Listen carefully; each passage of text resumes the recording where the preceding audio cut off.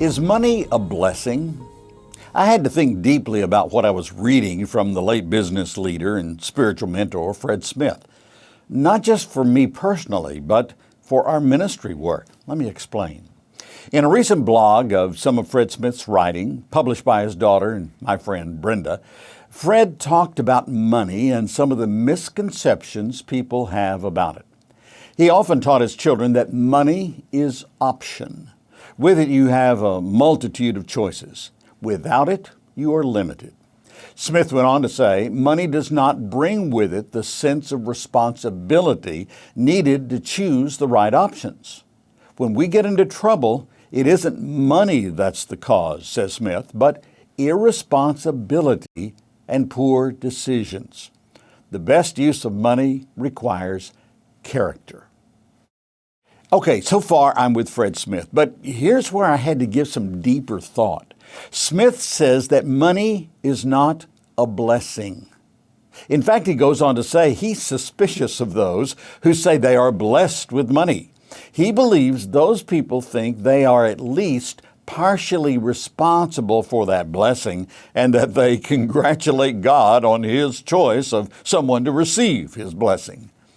I know I've often referred to financial blessings, both personally and for the ministry.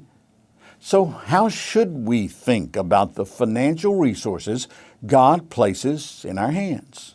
Yes, we are blessed when someone gives to our ministry, but Fred Smith says there is a better way to think about these resources.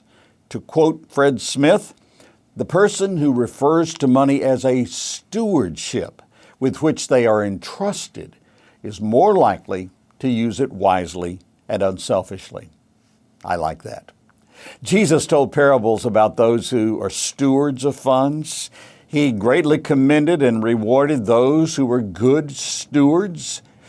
Jay Link at Taylor University writes this: when you are a faithful steward of someone else's resources, there is nothing more appropriate for you to do than to routinely examine how effectively you are carrying out His responsibilities.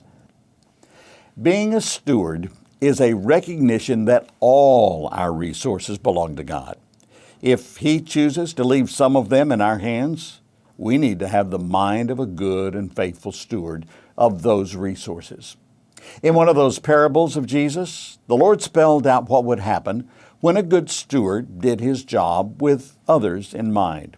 Here's what Jesus said: a faithful, sensible servant is one to whom the master can give the responsibility of managing his other household servants and feeding them. If the master returns and finds that the servant has done a good job, there will be a reward. That's from Luke 12:42 and 43. As I think about the financial resources we are entrusted with, we can acknowledge that we have received a blessing, but we should quickly move on to our responsibility as good stewards of those resources. Shift our focus. God will reward it.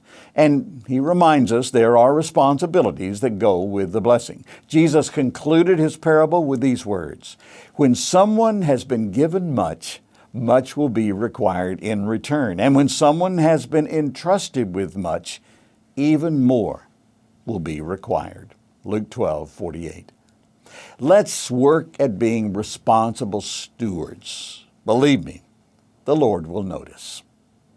If you want to know more about the global impact of our ministry, visit MEDIALLIANCE.cc. And we invite you to like, subscribe, and share this video to help spread this insight with others. Thanks, and God's best.